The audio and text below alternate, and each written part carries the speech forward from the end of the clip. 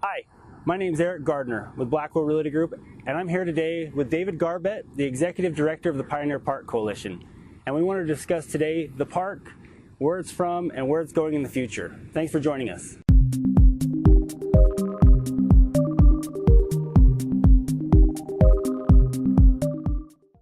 So David, what's wrong with Pioneer Park, and what's going on here? So Eric, for literally 60 to 70 years, Pioneer Park has been on the wrong side of the tracks. If you go back and look at city records from the 1950s, there were discussions that people were having about how, because of the train and the train line in the city, this part of Salt Lake had been isolated from the parts where people lived. So this became, a park.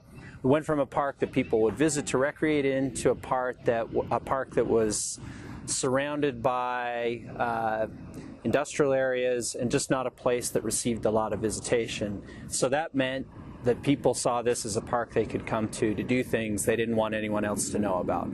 So a magnet for kind of illegal behavior, antisocial behavior, and really that's been the problem with the park ever since then. Really? Okay. And ultimately what happens is that even though this is a public space, there are very few days of the year where you could see a cross-section of the public here. We're only drawing a certain group to this park.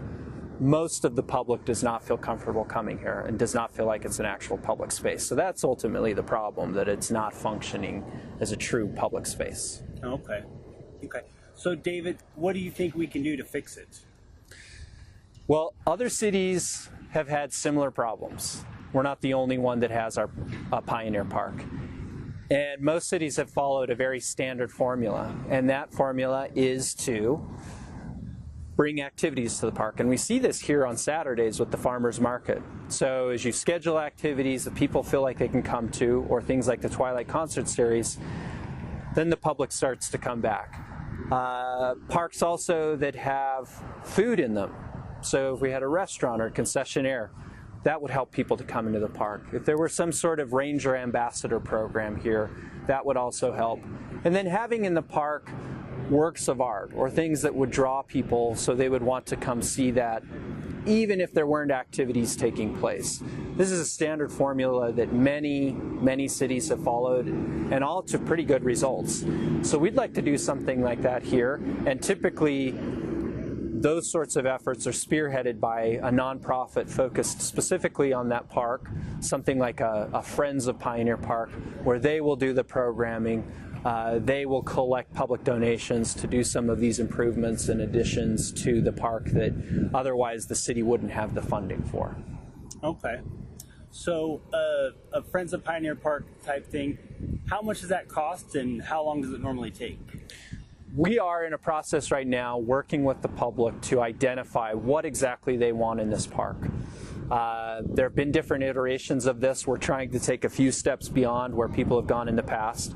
Once we do that, then we can actually sit down and put pencil to paper and figure out what it would cost to deliver what the public wants. But I think we're probably in the ballpark of $10 to $20 million in upgrades to the park.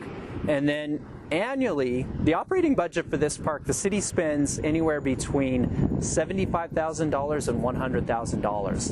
And that's just not enough to provide an experience that'll draw the public in. So we're probably somewhere 5 to 6 times that level on an annual operating budget. Okay.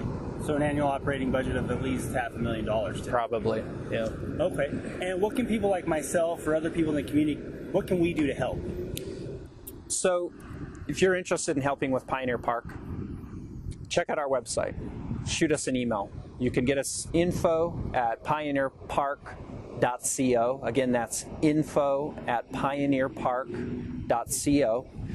And we'll give you ideas about some of the opportunities that exist. We have a small group that works with us to try and think of ways to engage the public more in the park. We're also, like I said, going through this process where we're doing public outreach, showing people designs for how the park might look, and we'd love your feedback on that. So again, go to our website, shoot us an email, follow us on social media, and we'll be putting information out there about ways that the public can help us to make this functioning public space. I wanted to thank David again for coming out and meeting with me and talking about the park. If you do have questions, like he said, email him, follow them on social media, and don't hesitate to help. It takes a community to make a great area and a great park for us to all to enjoy and recreate. Thanks for joining us.